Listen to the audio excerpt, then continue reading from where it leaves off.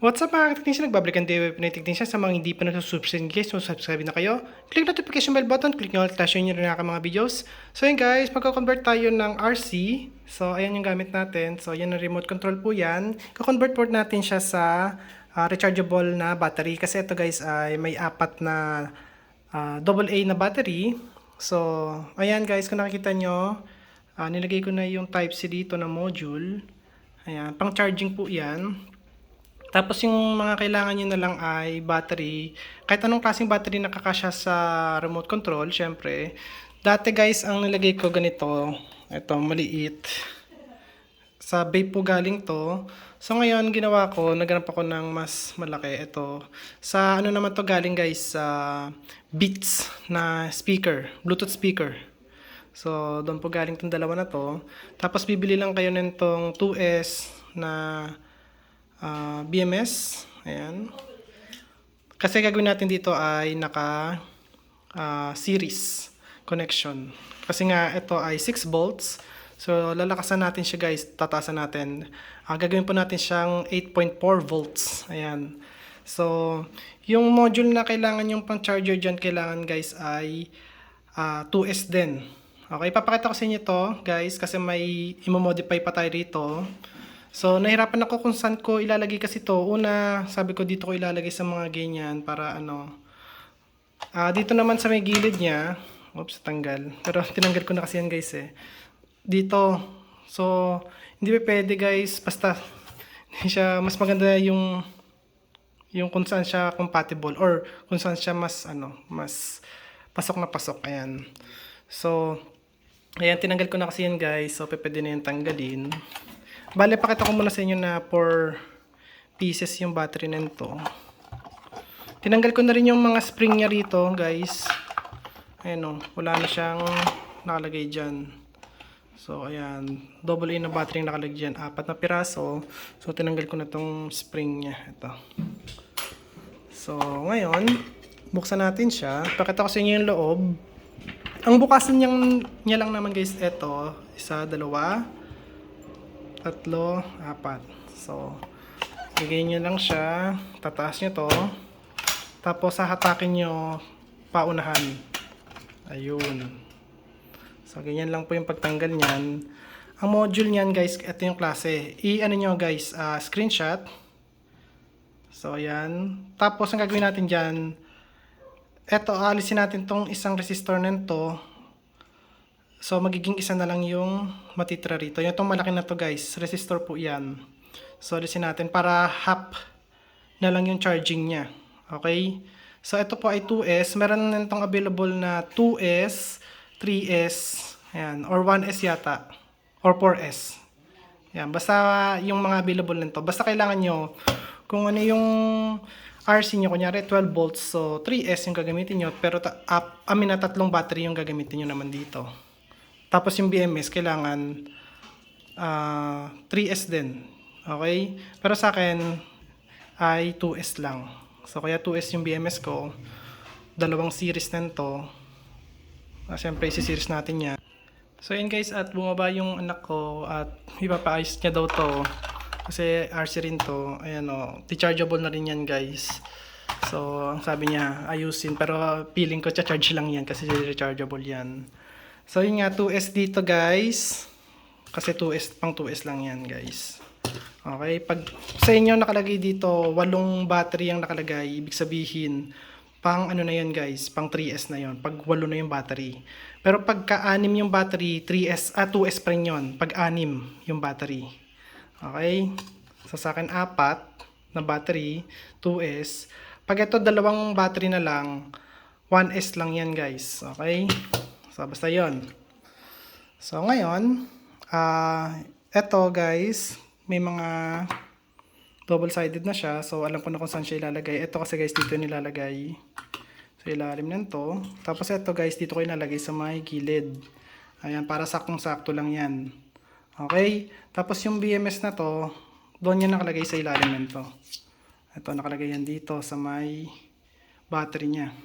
Okay? Tapos yung etong wire, dito na lang yan guys. Ito, ayan. Nalagay dito, yung dalawang wire na yan. Tapos papunta to dito sa may BMS. So dito yan guys lalagay yung wire. Siyempre black dito sa taas, tapos red dito. Tapos yung susunod naman ng wire, siyempre dito nyo ilalagay yan guys. Red dito sa may B positive, tapos yung black dito sa may B negative. So makikita nyo naman yan mamaya. So kabit ko na muna siya guys para makita nyo yung itsura niya. So ayan na siya mga sir, kung nakikita nyo. Ayan.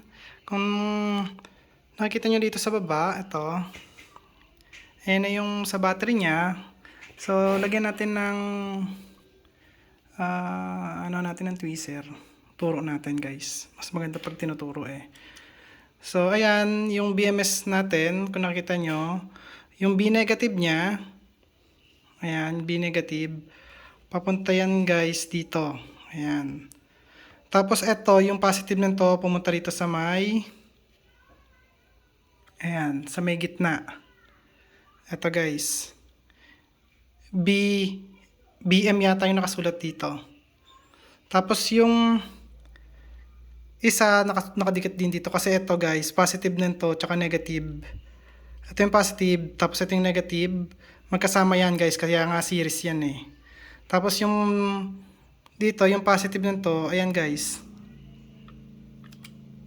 Ayan, nakadikit na. Ayan o. So, B positive yan. Ayan o, B positive. So, nakadikit na yung positive nitong battery nito dito sa may B positive. Yung negative niya, ito, yung battery nito, yung negative ng battery nito, nakadikit dito. Tapos yung positive ng battery nito, ayan, nakadikit din dito. Kasi ito yung middle niya eh. Tapos yung negative niyan, ng battery nito, so pumunta na siya doon. Ayun, B negative. Tapos ito naman, may nakasulat dito na P negative. Ano yun? Ayun o. P negative. Tapos P positive. So yung P positive nito, pumunta siya dito sa may B positive. Tapos yung B negative nito, pumunta naman siya dito sa may P negative.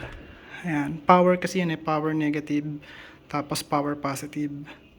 So ayan lang guys. Tapos ang ginawa ko naman dito sa may module. Ayan guys. Kung nakita nyo, wala na yung resistor dito. Ito. Inalis ko na. Kasi pagka chinarge ko siya, 16 watts yung charging niya. So ngayon nililis ko yung isa. So ito na siya. Tinanggal ko na. Ayan o. Ito na siya guys. So nililis ko yung isa. Bumaba na yung charging niya. So nasa 8 watts na siya. 8 watts na lang. Kasi halos magkapares lang naman yung value niyan. Ayan o. Magkapares lang yung value niyan guys. Ayan. R030. Ganun din sa kabila. Ayan o. R030. So ano na lang siya, charging. Kasi ang kailangan ko lang dito is 8.4 watts ang charging nito. Kaya ayun, saktong-sakto. Tapos kakabit na lang yan guys. Bale yung input nito, so ayan guys, galing dito sa output. So yung P negative nito pumunta sa input nito nung board natin. Ayan. Ayan guys. Tapos yung P positive nito, so pumunta naman doon sa may switch niya para may on off siya guys. Okay? So ganun lang. Wala na kayong iintindihin na na iba. Ayan. Wala na kayong iintindihin guys. So ito-try na lang natin siya kung nagcha-charge siya. Siyempre pakita ko sa inyo kasi ako nakita ko na. So charge ko siya kanina. So ngayon ayan. So ayan guys, kung nakita nyo, ayan, green red na siya. Tapos pag full charge yan, green kasi yan guys eh. So ayan, nagka-charge siya ng 3 watts, 15 volts, 3 watts yung kina-charge niya sa may battery. So yung 15 volts dito lang yon, tapos i-convert nito ng up to 8.4 volts sa maximum voltage nito. So mamamatay siya, papatayin siya ng BMS kapag ka over voltage siya. So ganun ka ganda yung circuit na to. Okay? Kakabit ko na siya guys at papakita ko sa inyo na uma-under na siya. So, ayan na siya mga sir. Kung nakikita nyo, nalagay ko na yung mga wirings niya ng maayos. Ayan. So, hindi siya buhol-buhol na kung ano-ano guys. So, ayan pa rin yan guys ha. On lang natin to. Ayan. So, walang daya po yan guys. Tapos, on lang natin tong remote niya. So, ayan. So, try natin. Ayan na. So, malakas siya guys. Uy. So, try natin siya guys ng nakalagay na yung case niya. Ayun guys. So, ayan na siya mga sir. So, ayan yung charging port natin. At eto na siya. Bandarin natin siya guys.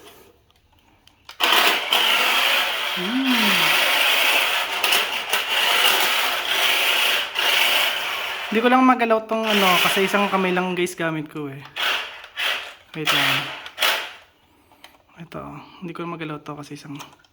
Pero nagana yan, nagana siya. Eh, hindi ko naman kayang.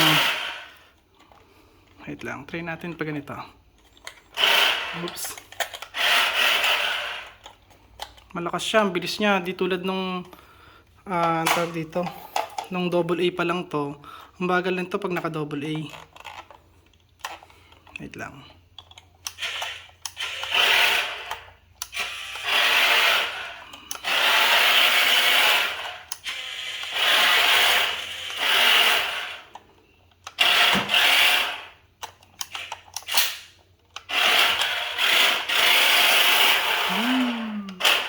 So, ayan guys. At kung nagustuhan niyo ang video ko, huwag kalimutan mag-like, share, subscribe. Click the notification bell button. Click yun guys. Bye.